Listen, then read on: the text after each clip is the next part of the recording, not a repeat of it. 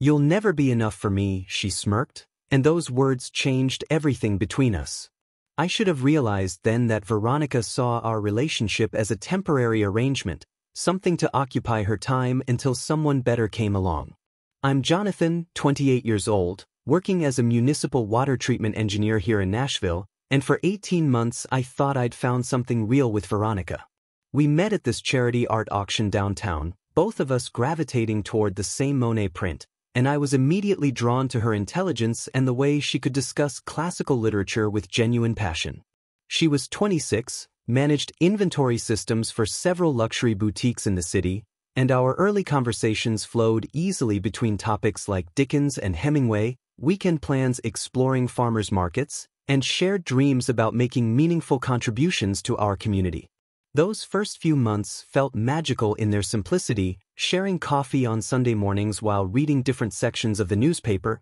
debating philosophy during long walks through downtown Nashville, and discovering we both valued substance over superficial appearances. After 6 months of what felt like genuine compatibility and deep emotional connection, we moved into a downtown loft together, splitting expenses equally and creating what I honestly believed was the foundation for something lasting and important. I loved watching her get excited about finding rare first edition books at estate sales, and she seemed genuinely interested when I explained how water treatment systems worked or shared my ideas about improving municipal infrastructure efficiency for better community health outcomes. But somewhere around month 10, subtle changes began creeping into our relationship that I initially dismissed as normal relationship evolution or perhaps stress from her demanding job managing inventory for 3 high-end boutiques simultaneously. Veronica started making these offhand comments about my career being too modest for someone my age, questioning why I seemed content with what she called basic municipal work instead of pursuing something more ambitious and financially rewarding like the successful men she encountered daily in her professional environment. The remarks started small, almost playful observations about how her wealthy clientele drove luxury cars and owned multiple properties while I took public transportation and we rented our apartment instead of building equity through homeownership like truly successful adults. I noticed her paying closer attention to the successful entrepreneurs who frequented her boutiques, coming home with increasingly detailed stories about their business ventures, expensive vacations to European destinations, and sophisticated lifestyles that seemed to fascinate her more each day while my own accomplishments grew less interesting to her. When we attended dinner parties or social gatherings, Veronica began strategically inviting these wealthy clients and their friends, ostensibly to expand our social circle and network professionally, but I couldn't ignore how she positioned herself strategically near the most successful men in the room while treating me like an afterthought or convenient accessory. She would dismiss my engineering projects as routine technical work that anyone with basic training could handle,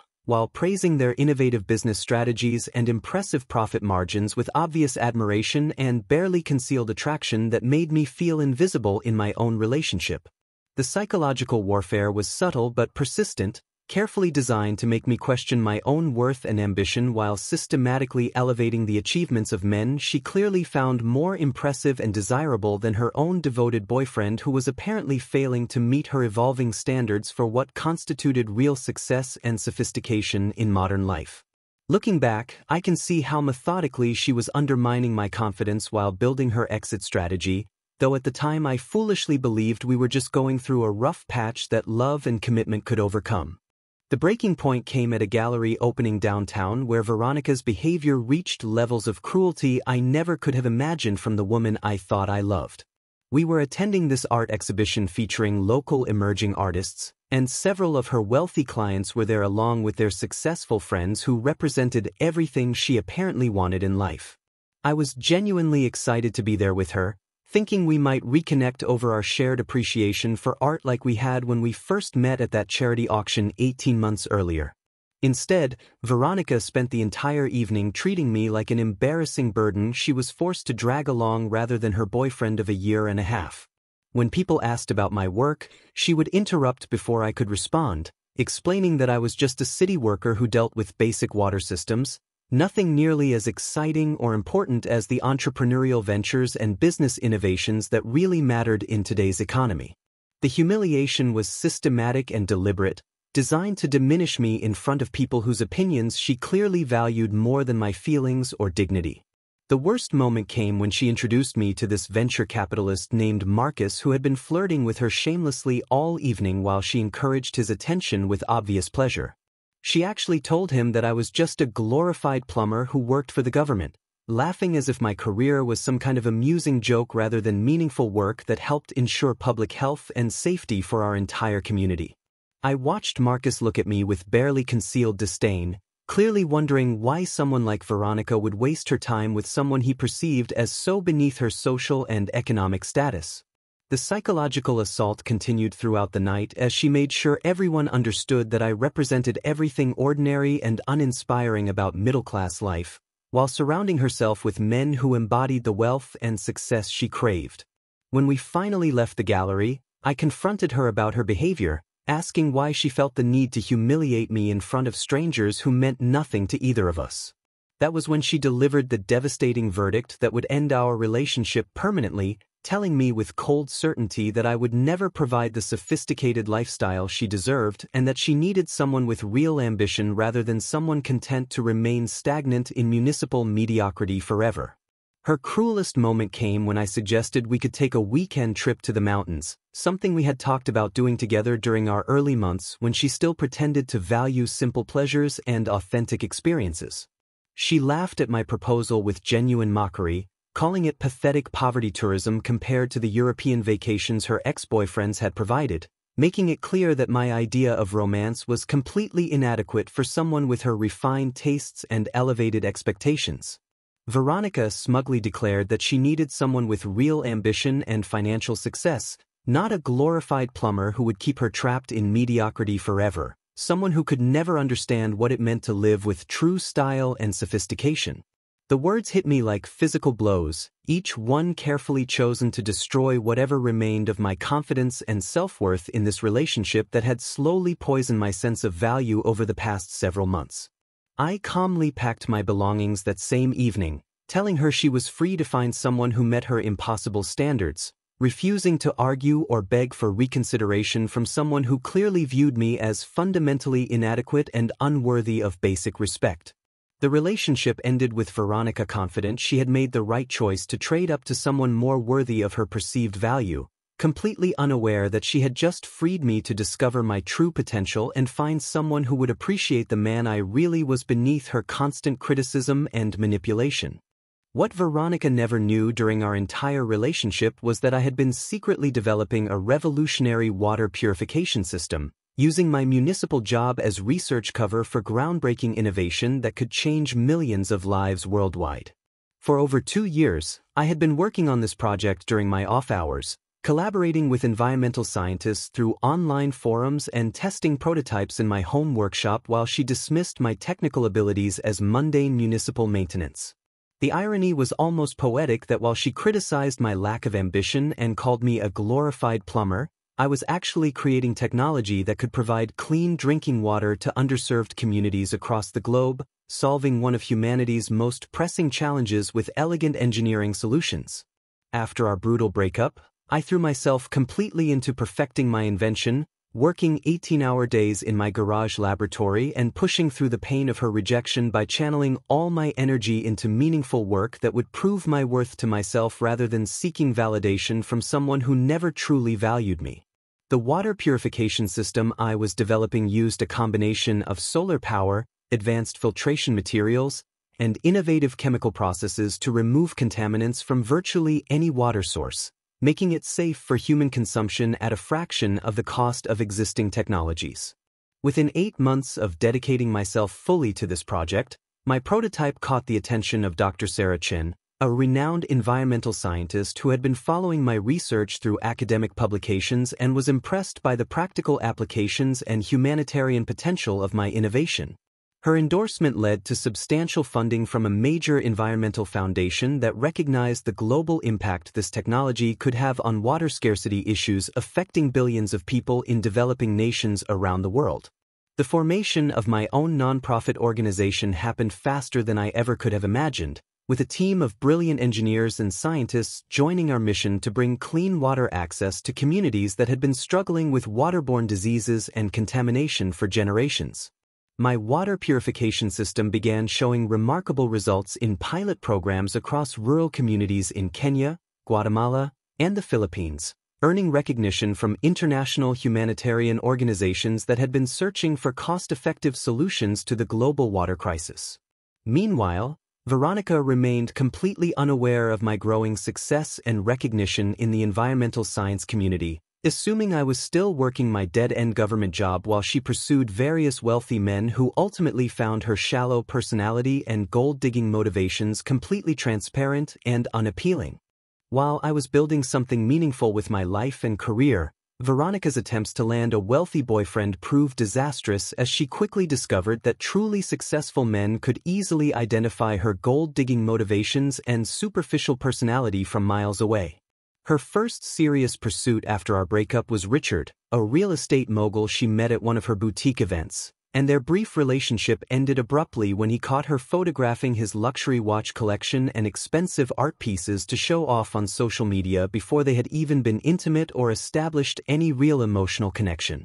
I learned about this embarrassing incident through mutual friends who found it both amusing and pathetic that she thought taking pictures of his possessions would somehow elevate her status or prove she belonged in his wealthy social circle. Next came David, a tech entrepreneur who seemed promising until she made the mistake of demanding he upgrade her phone and complaining that his Tesla wasn't expensive enough for her carefully curated Instagram image, behavior that immediately revealed her shallow priorities and materialistic nature to someone who had worked hard to build genuine success through innovation rather than appearance. Multiple dating app encounters with doctors, lawyers, and business owners resulted in nothing more than one-night stands or brief flings when these accomplished men quickly realized she brought absolutely nothing substantial to the table beyond her looks, which weren't nearly enough to compensate for her entitled attitude and obvious financial agenda. The pattern became predictable and pathetic as each potential relationship crumbled when these successful men recognized her for exactly what she was,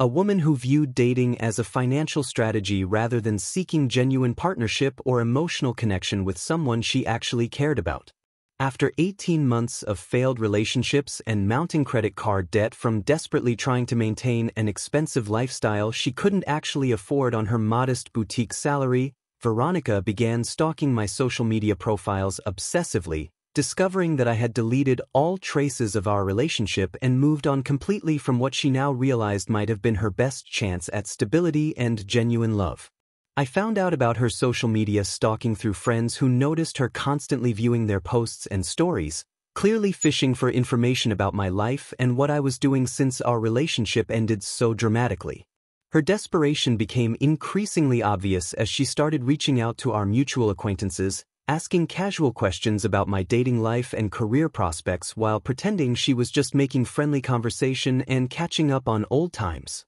The irony wasn't lost on me that the woman who had once dismissed me as inadequate and unambitious was now desperately trying to gather intelligence about the life I was building without her, completely unaware that I had already moved far beyond anything she could have imagined or comprehended during our time together when she was so busy criticizing my potential instead of recognizing my actual worth and dedication to meaningful work.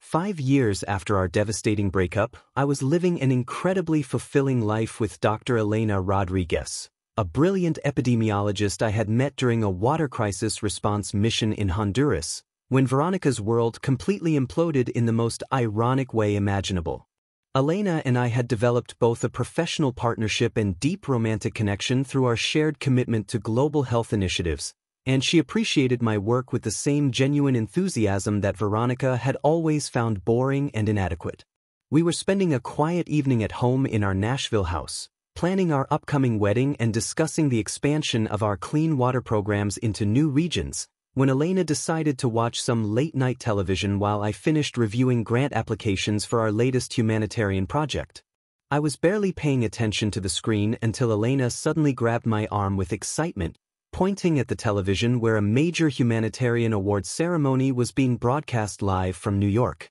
The presenter was announcing the recipient of the International Water Innovation Prize, and I watched in amazement as my name flashed across the screen along with footage of my water purification technology providing clean drinking water to thousands of families in developing nations around the world. The broadcast featured compelling testimonials from grateful communities whose children no longer suffered from waterborne diseases thanks to the technology one had developed in my garage laboratory during those dark months after Veronica rejected me as inadequate and unambitious.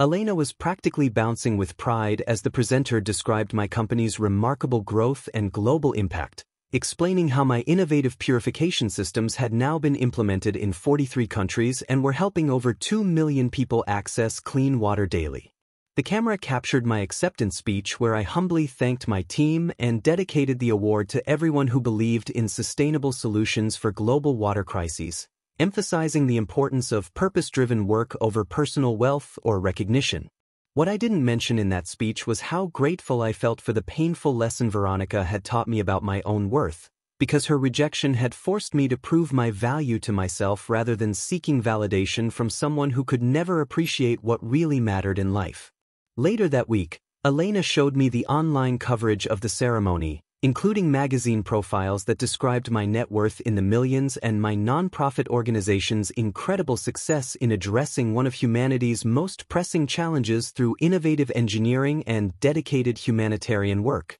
The articles painted a picture of someone who had chosen purpose over profit, building genuine wealth through meaningful contribution to global welfare rather than pursuing money for its own sake or status symbol value. What struck me most about the coverage was how the journalists consistently emphasized my commitment to using technology for humanitarian purposes, creating sustainable impact that would continue helping people long after any individual recognition or financial success had faded into memory. Unknown to me at the time, this television broadcast and subsequent media coverage would soon trigger a desperate response from someone I hadn't thought about in years, someone whose entire worldview would be shattered by the realization of how completely wrong she had been about my potential and worth as both a partner and human being. That same night at exactly 2:47 a.m., as I was sleeping peacefully next to Elena while dreaming about our upcoming wedding and honeymoon plans, Veronica was apparently having a complete emotional breakdown after watching my award ceremony on television and frantically searching the internet for every article, interview, and profile she could find about my incredible success and humanitarian achievements. According to the timestamps I discovered later, she spent hours obsessively reading about my nonprofit organization, my net worth, my engagement to Elena, and the global impact of the water purification technology she had once dismissed as pointless municipal tinkering during our relationship.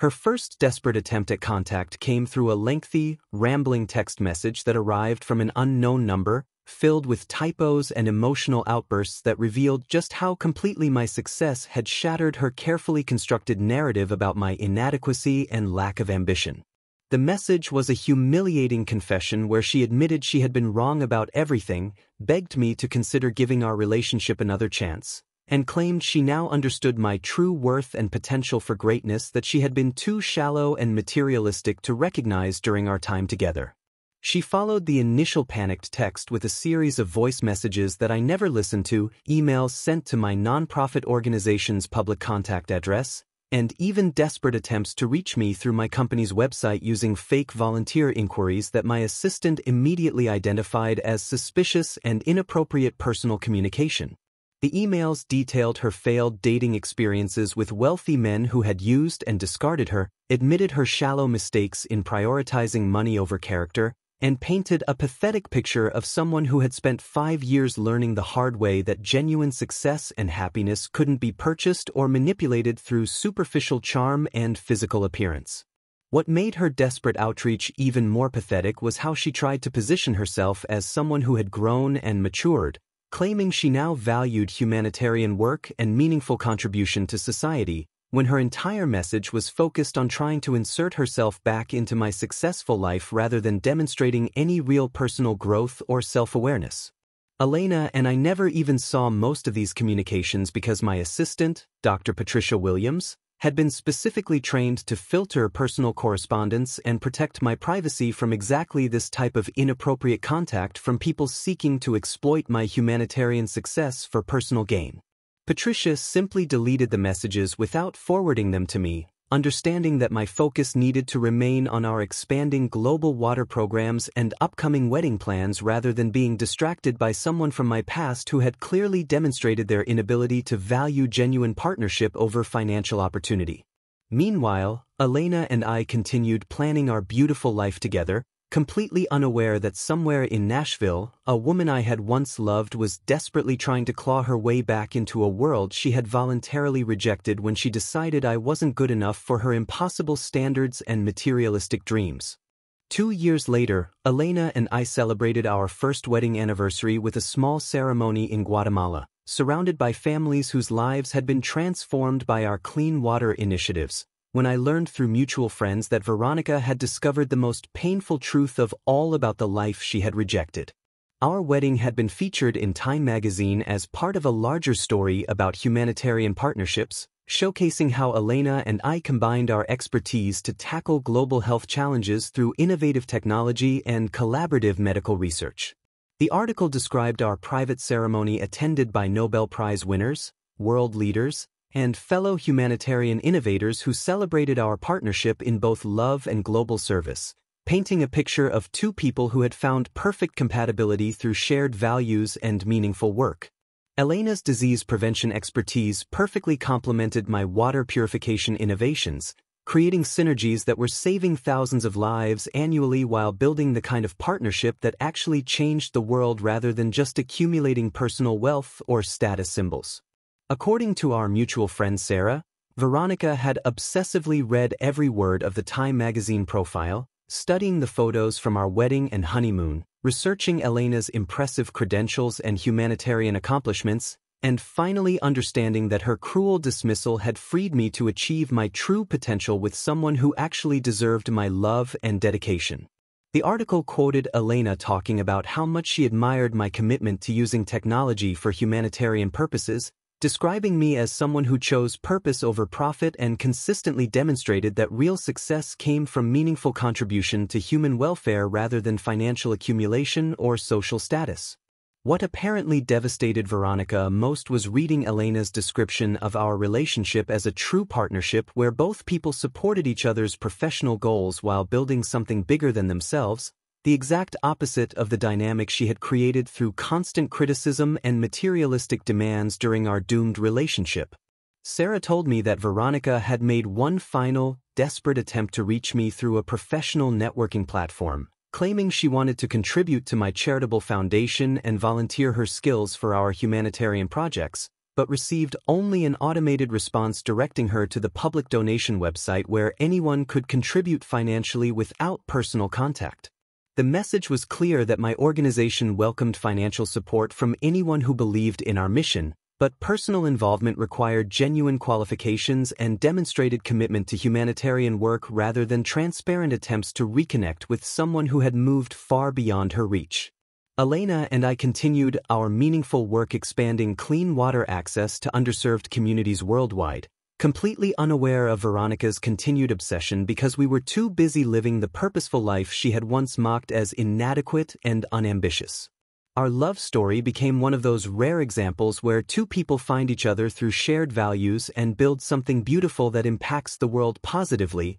while somewhere in the distance, someone who had rejected genuine love for superficial status remained trapped in the consequences of her own shallow choices and misguided priorities. I never thought about Veronica anymore because my life with Elena was too full of real meaning and authentic happiness to waste time on regrets or bitterness about someone who had revealed their true character when it mattered most. The greatest revenge wasn't hatred or even satisfaction at her misfortune, but the complete peace and fulfillment that came from finding my true worth and building a life with someone who actually deserved the love I had to offer.